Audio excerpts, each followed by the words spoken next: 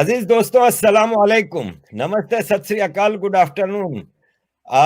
آپ نے جناب مشل خان ٹکر صاحب کا انٹرویو بہت پسند کیا تھا، ان کے بے باک تبصروں کو آپ نے بہت لائک کیا تھا، تو آپ لوگوں کی پرزور اصرار پہ آج پھر مشل صاحب کو ہم نے دعوت دی ہے تاکہ وہ اپنے خیالات سے دیکھیں۔ مشل صاحب کی جو نظر ہے نا، وہ تاریخ پہ بہت گہری ہے، اور ہسٹری کے حوالے سے وہ کافی چیزیں ہیں جو رہ گئی تھیں پچھلے انٹرویو میں، تو میں سمجھتا ہوں کہ بہت ضروری ہے کہ ہم ان کے خیالات کچھ ہسٹوریکل چیزوں کے اوپر لیں۔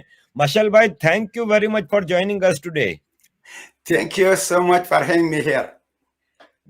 سر، آپ کے لیے کچھ سوالات تیار کیے ہیں، جس میں پہلا سوال میرے ذہن میں یہ ہے کہ جو یہ کالونیز بنی ہیں، اور جو ہم نے دیکھا کہ آج سے 150-200 سال پہلے کولونائزیشن جو شروع ہوئی، تو وہ کالونیز بنی اور پھر ڈی کولونائزیشن ہوا، اس کا کیا ورلڈ آرڈر تھا، کیا چیزیں تھیں یہ؟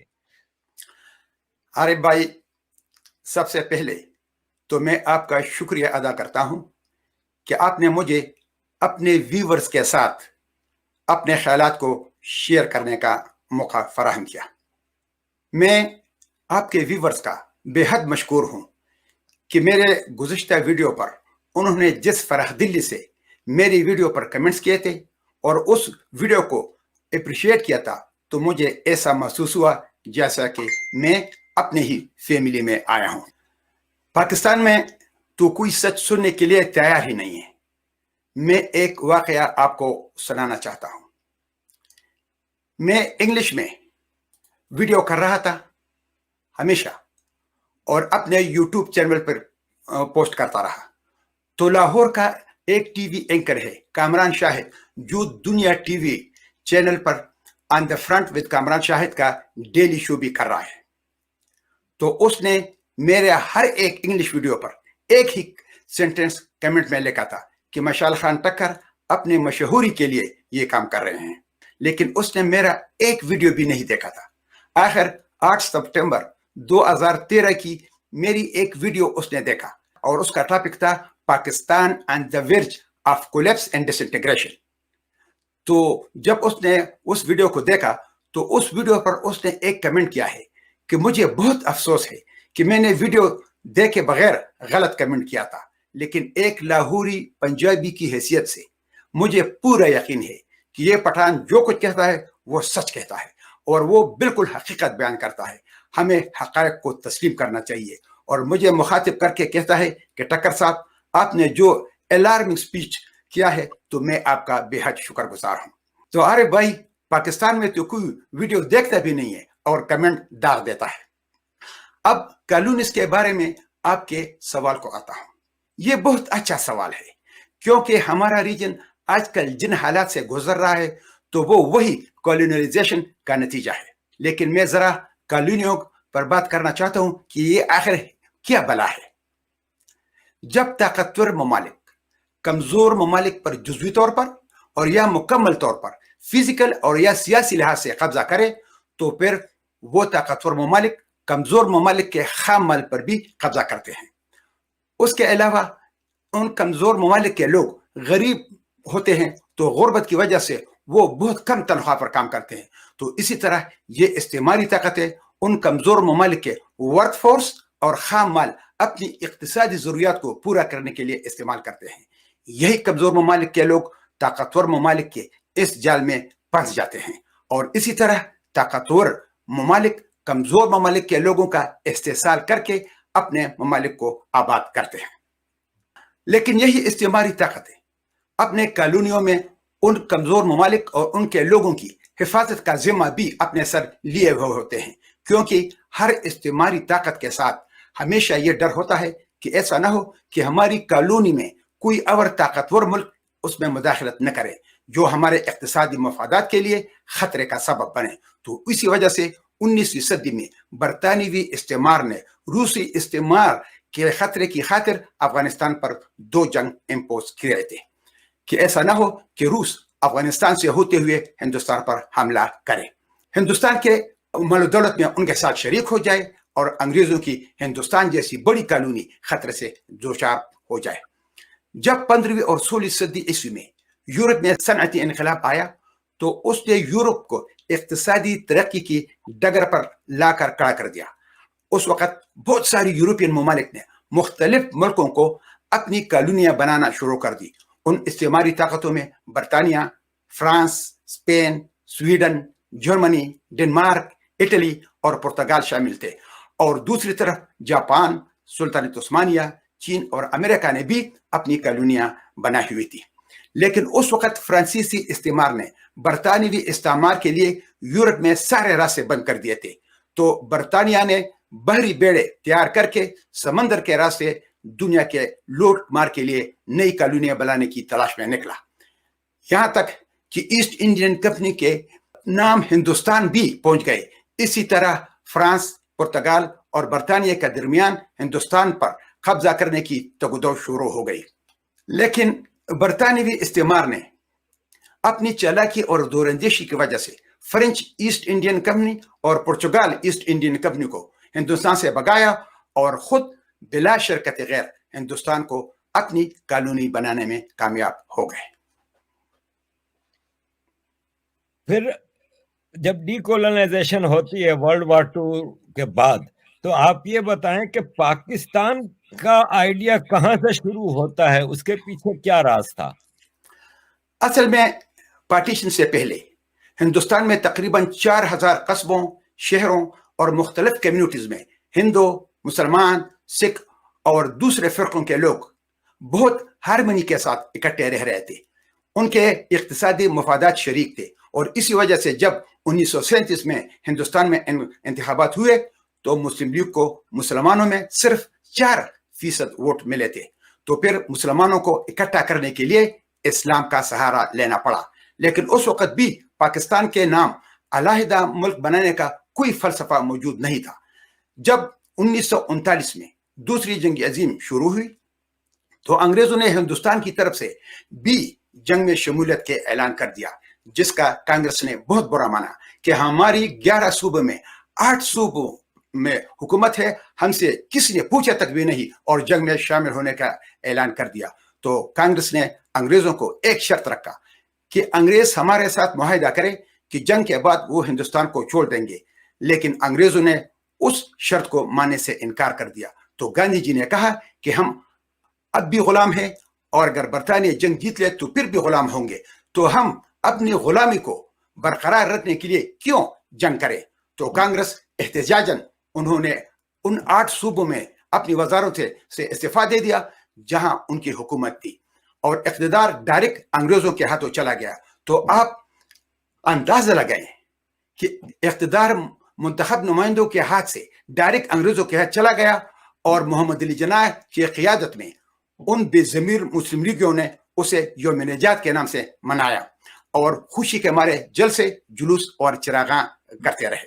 لیکن بیرونی دنیا اور ایون برطانیہ نے بھی اس پر اعتراض کیا کہ کیوں کانگریس کی منتخب حکومتیں ختم کر دی گئی اور اختیار وائسرائے نے اپنے ہاتھ میں لے لیا.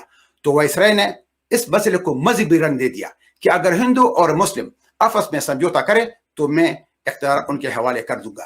تو لن لتکو نے کانگریس سے گاندھی جی اور ڈاکٹر راجندر پرساد جو کانگریس کا صدر تھا اس وقت اور محمد علی جناح کو ایک میٹنگ کے لیے بلایا.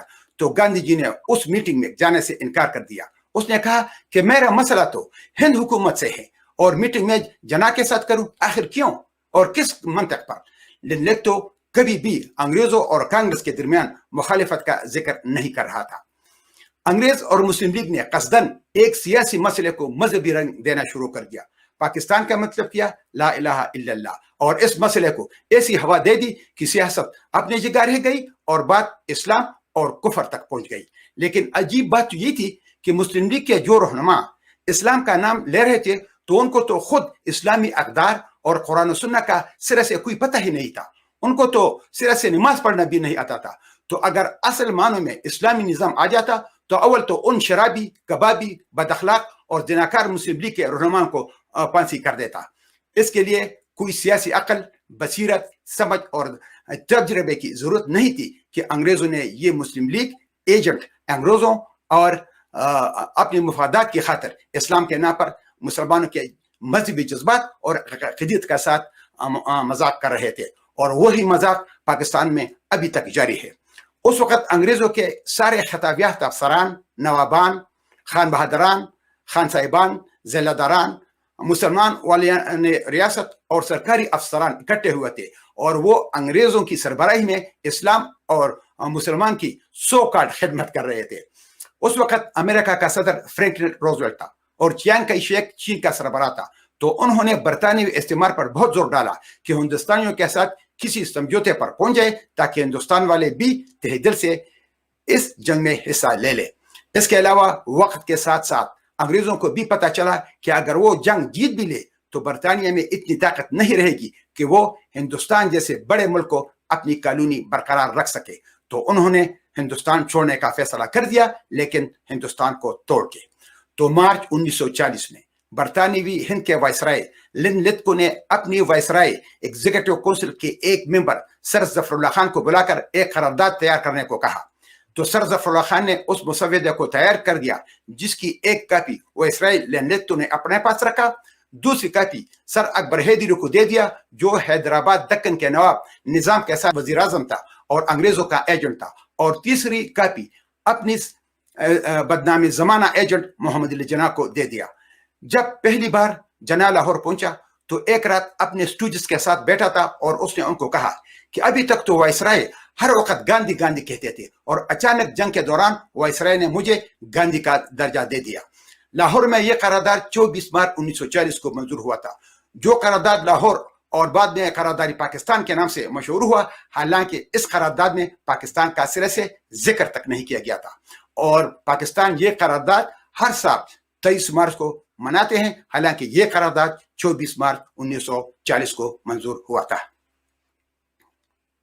تو جیسے کہ آپ نے کہا کہ اس قرارداد میں کہیں پاکستان کا تو ذکر ہی نہیں، پاکستان تو بہت بعد میں اس میں ڈالا گیا تھا اور اس میں آزاد مسلم ریاستوں کی بات ہوئی تھی.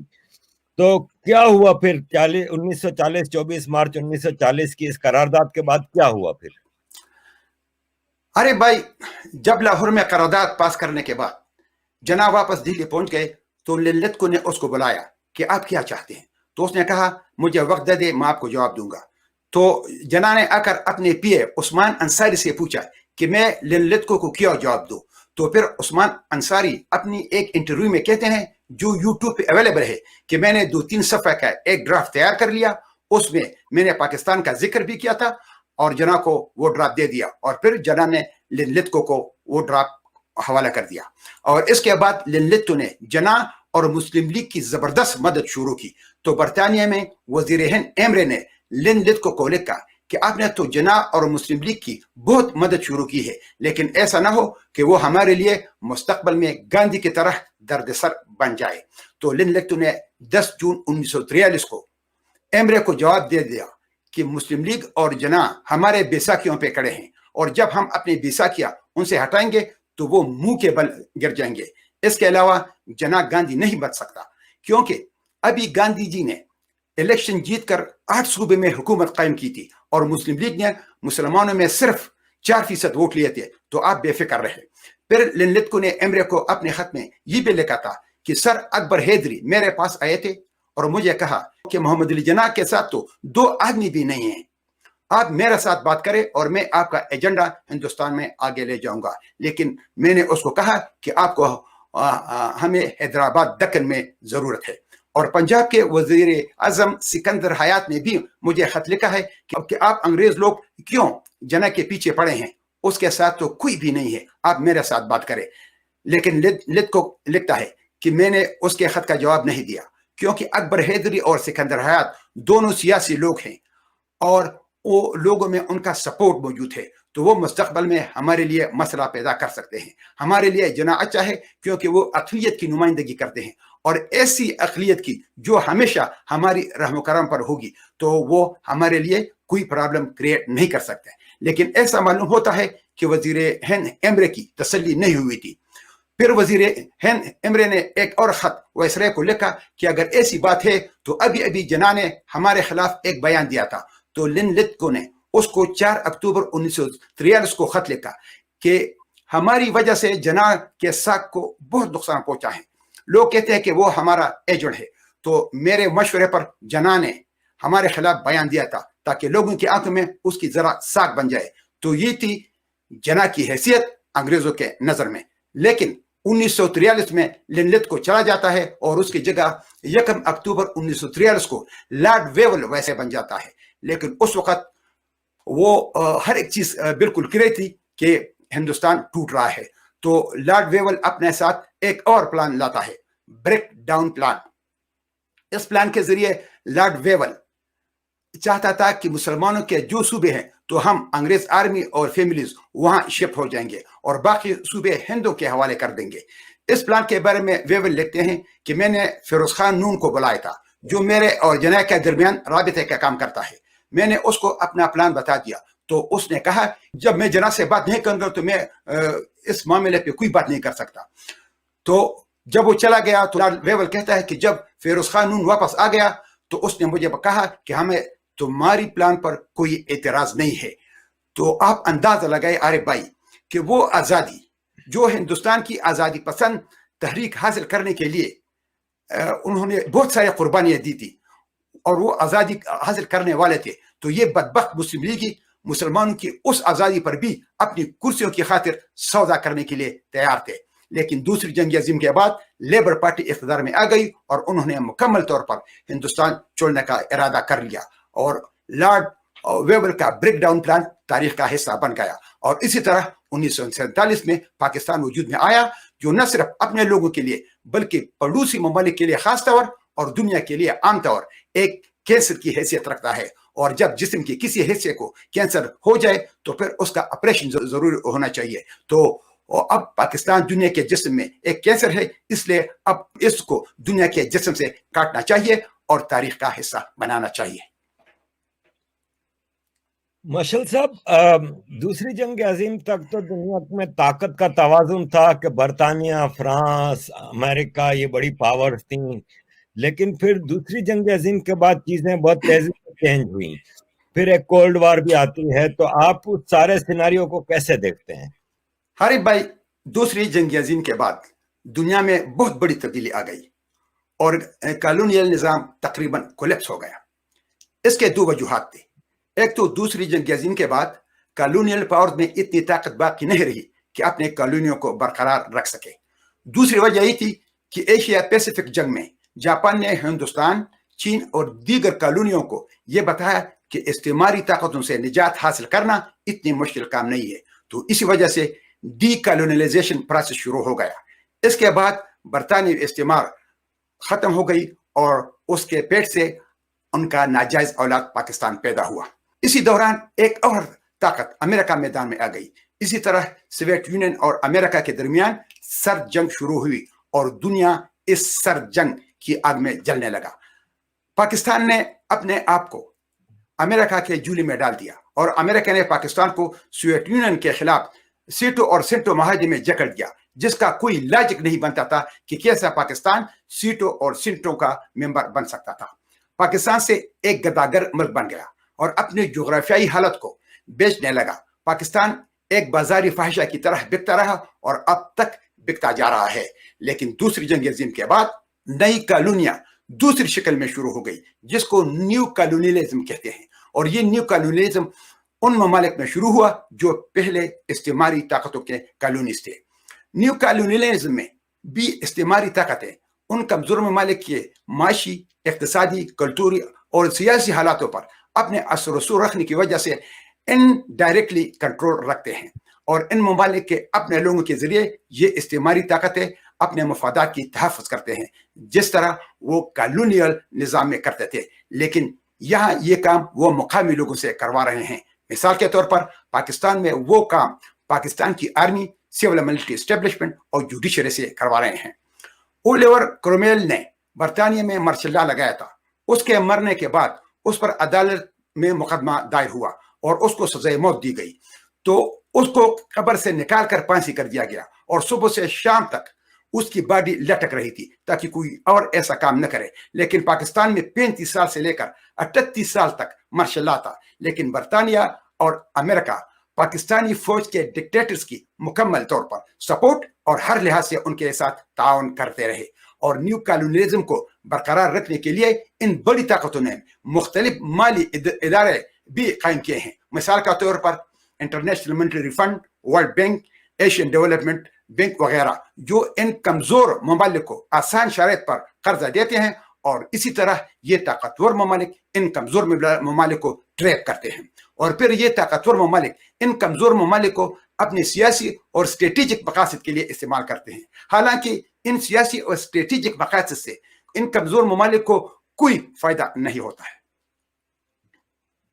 پھر ایک وقت آتا ہے کہ جو کولڈ وار تھی وہ ختم ہوتی ہے، سوویت یونین کا کولیپس ہوتا ہے، اتنی بڑی ملٹری پاور کا دنیا ایک یونیپولر پاور کی طرف جا رہی تھی. تو اس کے بعد چائنا کا ایمرجنس ہوتا ہے، اور چائنا ایک اکنامک پاور کے طور پہ دنیا میں سامنے آتی ہے، اور اس کے بھی اپنے کولونیل ڈیزائنز تھے. آپ اس ساری سچویشن کو کیسے دیکھتے ہیں؟ ارے بھائی، افغانستان میں شکست کے بعد 26 دسمبر 1991 میں سوویت یونین ڈسنٹیگریٹ ہو گیا، اور امریکہ دنیا کا ایک واحد سپر پاور ابھر کر سامنے آ گئی اور کولڈ وار تاریخ کا حصہ بن گیا. لیکن اس دوران ایک اور بڑی طاقت چین میدان میں آ گیا، جس کے ساتھ امریکہ اور ان کی اتحادیوں کے سیاسی، اقتصادی اور اسٹریٹجک مفادات خطرے میں پڑ گئے. تو امریکہ اور اس کے اتحادیوں نے ان خطرات کا مقابلہ کرنے کے لیے دنیا میں مختلف منصوبوں پر عمل درآمد شروع کر دیا، اور اسی طرح چین نے بھی امریکہ اور اس کے اتحادیوں کے سیاسی، اسٹریٹجک مفادات کے مقابلے میں اپنی سیاسی اور اسٹریٹجک مفادات کی خاطر دنیا میں مختلف منصوبوں پر کام شروع کر دیا. اور اسی طرح دنیا میں ایک اور کولڈ وار کا آغاز ہو گیا. لیکن اب یہاں چین اکیلا نہیں ہے، چین کے ساتھ روس، پاکستان، ایران اور ترکی بھی شامل ہو گئے ہیں. چین نے اپنی اقتصادی اور اسٹریٹجک مفادات کی خاطر ایک نئی ڈپلومیسی اختیار کیا، جس کو ڈیٹ بک ڈپلومیسی کہتے ہیں. تو اب چین دنیا کے مختلف ممالک میں سرمایہ کاری یعنی انویسٹمنٹ کرتا ہے کہ اپنی اقتصادی اور اسٹریٹجک مفادات کو حاصل کرے. دوسری طرف امریکہ بھی دنیا میں انویسٹمنٹ کر رہا ہے، لیکن چین اور امریکہ کی سرمایہ کاری میں بہت بڑا فرق ہے. امریکہ جس ملک میں بھی سرمایہ کاری کرتا ہے تو پہلے اس ملک پر اپنی اسٹریٹجک مفادات امپوز کرتا ہے، اور پھر ان ممالک میں اقتصادی سرمایہ کاری کرتا ہے. لیکن چین کی سرمایہ کاری بالکل مختلف قسم کی ہے. جب چین کسی ملک میں سرمایہ کاری کرتا ہے تو ظاہراً صرف اقتصادی سرمایہ کاری کرتی ہے اور اپنی اسٹریٹجک مفادات کو بالکل ظاہر نہیں کرتا. اس کے علاوہ جب چین کسی کمزور ملک کو قرضہ دیتا ہے تو اس کا گریس پیریڈ بھی زیادہ ہوتی ہے اور اس کو واپس کرنے کا وقت بھی زیادہ ہوتی ہے. تو اس وجہ سے چین کی یہ اقتصادی پالیسی دنیا میں ہر ایک ملک کو اپیل کرتی ہے، اور اسی طرح یہ ممالک بہت آسانی کے ساتھ چین کے اسٹریٹجک جال میں پھنس جاتے ہیں، جن کا ان ممالک کو کوئی پتہ نہیں ہوتا ہے. گزشتہ 10-12 سال میں چین ایسے کمزور ممالک میں سرمایہ کاری کرتی ہے اور یا قرض دیتی ہے جو ممالک ان قرضوں کو واپس نہیں کر سکتے. تو جب وہ وقت آ جاتا ہے کہ وہ قرض واپس نہیں کر سکتے تو اس وقت چین اپنی اسٹریٹجک مفادات پر کام شروع کر دیتے ہیں. اس پروسیس کو جس طرح میں نے کہا ڈیٹ بک ڈپلومیسی کہتے ہیں. لیکن عجیب بات تو یہ ہے کہ ڈیٹ بک ڈپلومیسی کے بارے میں امریکہ اور اس کے اتحادیوں کو ان کو ابھی پتہ چلا، اور وہ حیران اور پریشان ہو گئے کہ یہ کیا ہونے والا ہے اور کیا ہو رہا ہے. تو آپ نے جو یہ ڈیٹ بک ڈپلومیسی کے بارے میں بتایا، تو کتنے ایسے ملک ہیں جو اس کے جال میں پھنس گئے؟ کون کون ایسے ملک ہیں؟ ارے بھائی، دنیا میں مختلف ممالک میں چین 16 ایسے ٹارگٹس پر نظر رکھے ہوئے ہیں جن میں اپنی اسٹریٹجک اہداف تک پہنچنے کے لیے چین وہاں اقتصادی سرمایہ کاری کرتا ہے، جن میں پاکستان، میانمار، جبوتی اور سری لنکا بھی شامل ہیں، کہ انہوں نے اپنی بندرگاہیں چین کے حوالے کر دیے ہیں اور چین کو فوجی اڈو بنانے کے لیے اپنی سرزمینیں بھی دے چکے ہیں. اور یہ ممالک چین کے قرض کے دلدل میں غرق ہوتے جا رہے ہیں، اور انہی ممالک میں چین کے اقتصادی اور اسٹریٹجک مفادات امریکہ کے اقتصادی اور اسٹریٹجک مفادات کو چیلنج کرتے ہیں. دوسری طرف لاؤس، کمبوڈیا اور فلپائن کے ساتھ چین جو اقتصادی مدد کر رہا ہے، تو چین یہ ممالک آسیان یعنی association of South East Asian nations اس میں اپنے ووٹوں کے لیے استعمال کرتے ہیں، کیونکہ چین نے ساؤتھ چائنا سی میں امریکہ کا دعوے کے خلاف اپنی قانونی مفادات حاصل کیے ہیں، کیونکہ آسیان کے ممالک بھی ساؤتھ چائنا سی کے دعوے دار ہیں۔ چین کی اقتصادی منصوبوں کی 3 حصے ہیں۔ پہلا، چین ان ممالک کے لیے پیسوں کی بندوبست کرتی ہے۔ دوسرا حصہ، چین ان ممالک کے لیے انفراسٹرکچر پر کام شروع کرتی ہے، جیسا کہ بندرگاہ بنانا، ایئرپورٹس بنانا، روڈز بنانا، ریلوے ٹریکس بنانا وغیرہ وغیرہ۔ لیکن جتنے بھی لوگ اس منصوبے میں کام کرتے ہیں تو سب چین کے لوگ ہوتے ہیں۔ مثلا صرف گوادر سی پورٹ میں 8000 چینی ورکرز کام کرتے ہیں، اور اسی طرح چین اپنے لوگوں کے لیے روزگار بھی کریٹ کرتا ہے۔ لیکن چین اکثر ان منصوبے میں سرمایہ کاری کرتی ہے جو منصوبے فیزیبل نہ ہو اور ہر وقت خسارے میں ہوں، تو پھر وہ ممالک چین کا قرض واپس ادا نہیں کر سکتے۔ تو چین کی اقتصادی سرمایہ کاری کا تیسرا اور آخری حصہ یہ ہے کہ پھر چین اپنی قرض واپس لینے کی ڈیمانڈ شروع کر دیتا ہے، لیکن ان کمزور ممالک کے پاس پیسے نہیں ہوتے ہیں، تو یہاں چین پھر اپنی اسٹریٹجک مفادات کو عملی جامہ پہنانا شروع کر دیتی ہے۔ اس وقت میں چین ان ممالک کو کچھ اقتصادی مراد دینا شروع کر دیتے ہیں، اور اس کے عوض چین ان سے اپنی اسٹریٹجک، سیاسی، اقتصادی اور جغرافیائی مفادات حاصل کرنا شروع کرنے لگتا ہے۔ چین نے اپنی تجارت، قرض، سرمایہ کاری اور ٹورزم کی وجہ سے 2013 میں دنیا کا سب سے بڑا تجارتی ملک کا درجہ حاصل کر لیا، جبکہ یہ درجہ پہلے امریکہ کے پاس تھا، اور اسی فیلڈ میں چین نے امریکہ کو پیچھے چھوڑ دیا۔ تو یہ باہر کے ملک میں چین کی اسٹریٹجی تھی جو میں نے آپ کو بتا دیا۔ اسی حوالے سے ہم ایک ٹرم سنتے ہیں، بری، بلٹ اینڈ روڈ انیشیٹو، یہ کیا ہے؟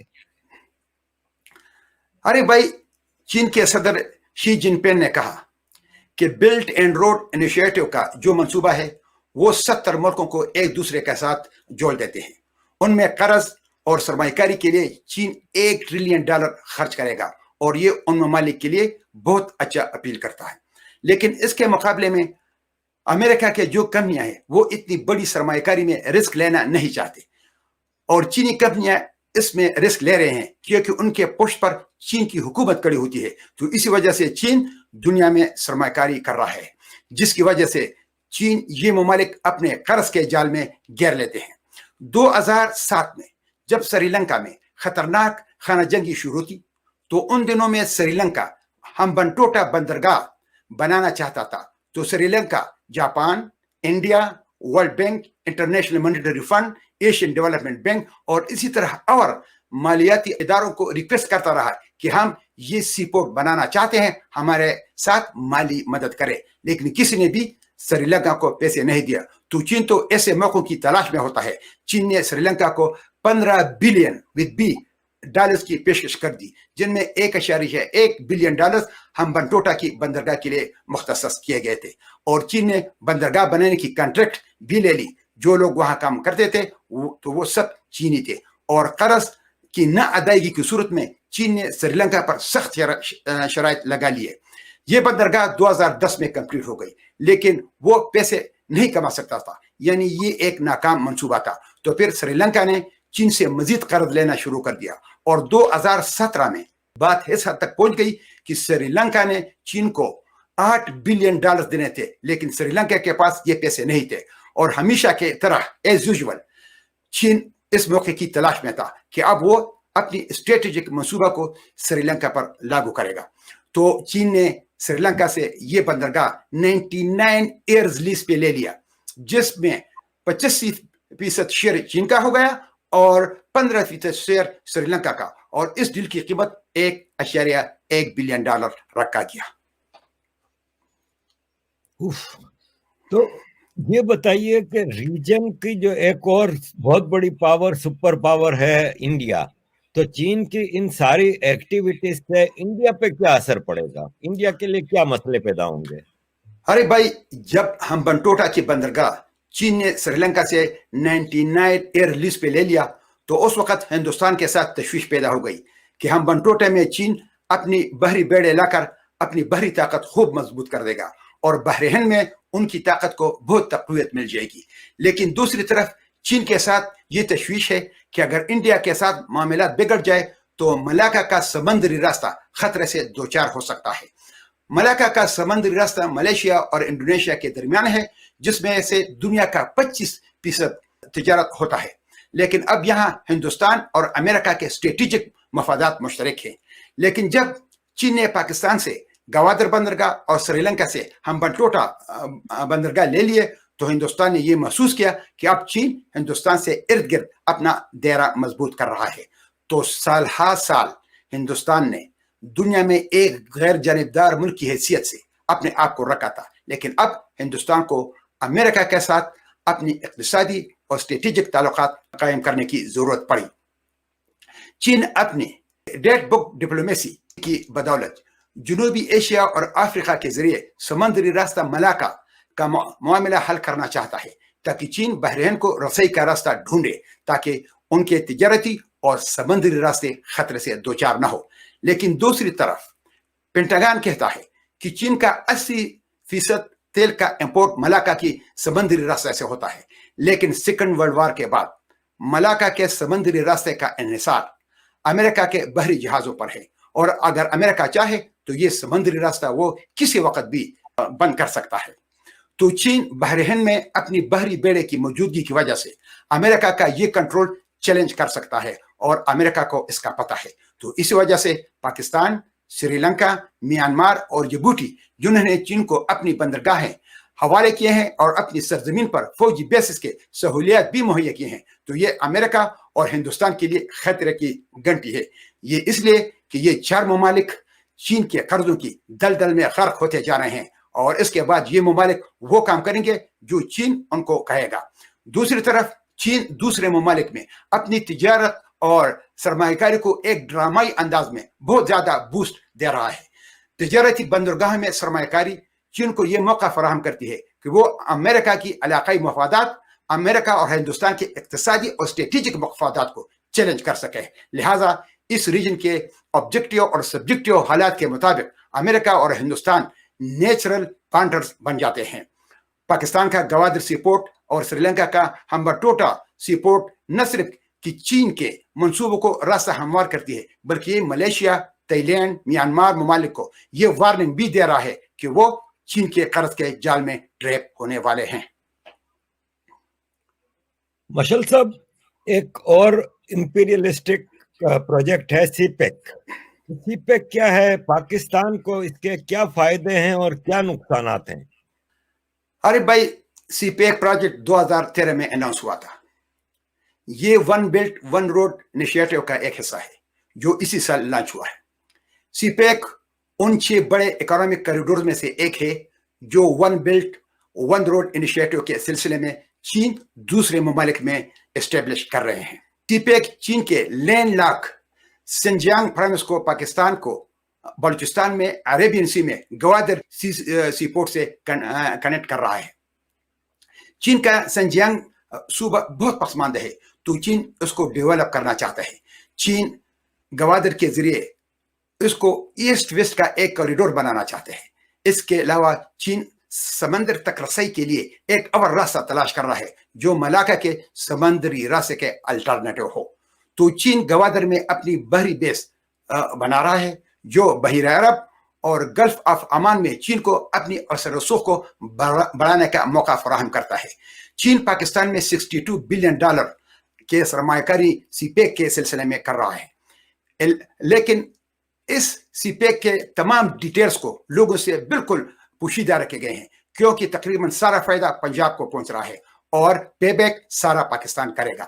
2015 میں پاکستان کے اسٹیٹ بینک کے گورنر نے اس بات کا اقرار کر دیا ہے کہ ہمیں کسی بھی بات کا پتہ نہیں کہ کتنی اماؤنٹ ان پیسوں میں قرض ہوگی اور کتنی اماؤنٹ ان مختلف پروجیکٹس میں اکویٹی ہوگی.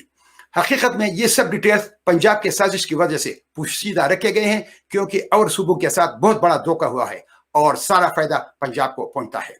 چین اور پاکستان کے درمیان اپریل 2017 میں جو معاہدہ ہوا تھا تو اس معاہدے کی وجہ سے چین کی ایک کمپنی ہے China overseas port holding company جو گوادر سی پورٹ کو 40 سال کے لیے آپریٹ کرے گا. جو پروفٹ گوادر سی پورٹ کمائے گا تو اس میں 91% چین لے گا اور 9% پاکستان کو ملے گا اور جو انڈسٹریل فری زون بنیں گے تو ان میں 85% چین لے گا. حقیقت یہ ہے کہ سارا فائدہ صرف چین کو پہنچتا ہے. اس کے علاوہ پاکستان پر یہ بھی پابندی لگائی گئی ہے کہ پاکستان $16 بلین بما 13% سود چین کو دے گا، جن میں 7% انشورنس بھی شامل ہے، لیکن پاکستان کبھی بھی یہ قرضہ واپس نہیں کر سکتا۔ اس کے علاوہ چین کے جتنے بھی کمپنیاں پاکستان میں کام کرتے ہیں تو 13 سال تک ان سے کوئی بھی ٹیکس وصول نہیں کی جائے گی، جو پاکستان کی اکانومی پر بہت بڑا بوجھ ہوگا۔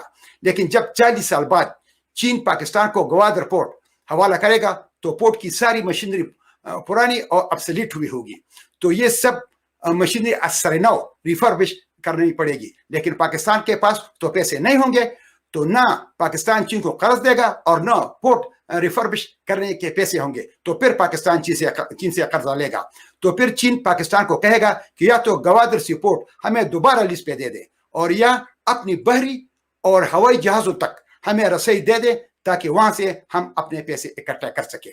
اس کے علاوہ چین یہ بھی چاہتا ہے کہ گلگت بلتستان کا علاقہ پاکستان چین کو بیچ دے، کیونکہ پاکستان کو پیسوں کی بہت سخت ضرورت ہے، تو پھر چین کا یہ قانونی حق بن جائے گا کہ بلتستان کو اپنی آرمی بیچ دے۔ پاکستان سے ہر قسم کی توقع کی جا سکتی ہے، کیونکہ یہ تو پاکستان کی زمین سرے سے ہے ہی نہیں، یہ تو کشمیر کا حصہ ہے اور کشمیر ہندوستان کا ایک انٹیگرل پارٹ ہے۔ بائی دا وے، پاکستان کہتا ہے کہ کشمیر کے بارے میں ہندوستان نے آئین کی آرٹیکل 370 کی خلاف ورزی کی ہے، تو گلگت بلتستان کو پاکستان کا 5واں صوبہ اعلان کر کے پاکستان کی آئین آرٹیکل نمبر 257 کی خلاف ورزی ہو گئی ہے۔ گلگت بلتستان میں ابھی بھی چین کا 11,000 فوج موجود ہے جو وہاں روڈز اور ریلوے ٹریکس بنا رہا ہے۔ پاکستان نے پہلے بھی چین کو گلگت بلتستان کی زمین کا کچھ حصہ دیا تھا اور ایران کو بھی بلوچستان کا کچھ حصہ حوالے کر دیا تھا، لیکن پنجاب نے ابھی تک اپنی ایک مرلہ زمین بھی کسی کو نہیں دیا ہے، بلکہ اٹک اور میاوالی کو صوبہ سرحد سے جدا کر کے پنجاب کے ساتھ شامل کر دیا ہے۔ مشل صاحب، ایک کنٹری ہے افغانستان جو کہ اسٹریٹجیکلی بہت ہی امپورٹنٹ کنٹری ہے، رشیا نے بھی، سوویت یونین نے بھی انویژن کیا تھا، امریکہ نے بھی اس کے بچانے کے نام پہ وہاں پہ ایک جنگ لڑی۔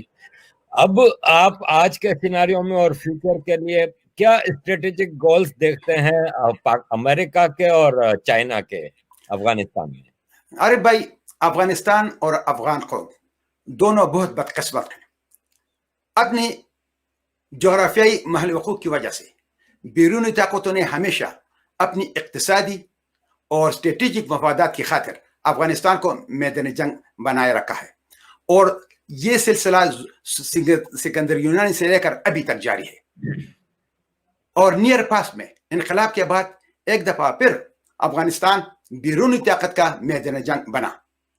سوویت یونین شکست کھا کر افغانستان سے واپس چلا گیا۔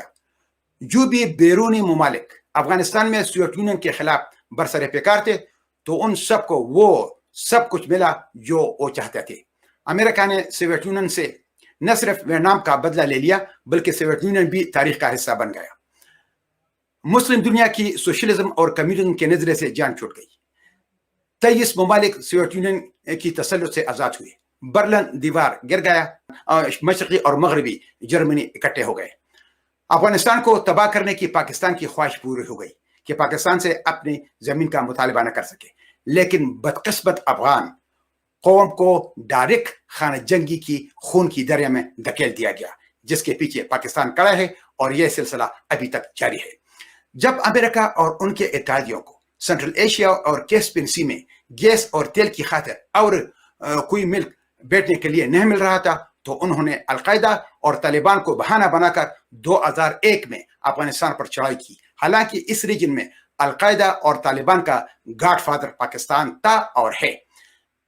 بل کلنٹن کے deputy secretary of state Strobe Talbott نے اس وقت کہا تھا کہ سینٹرل ایشیا اور کیسپین سی وہ علاقہ ہے جو 260 بلین بیرل پہ بیٹھا ہے۔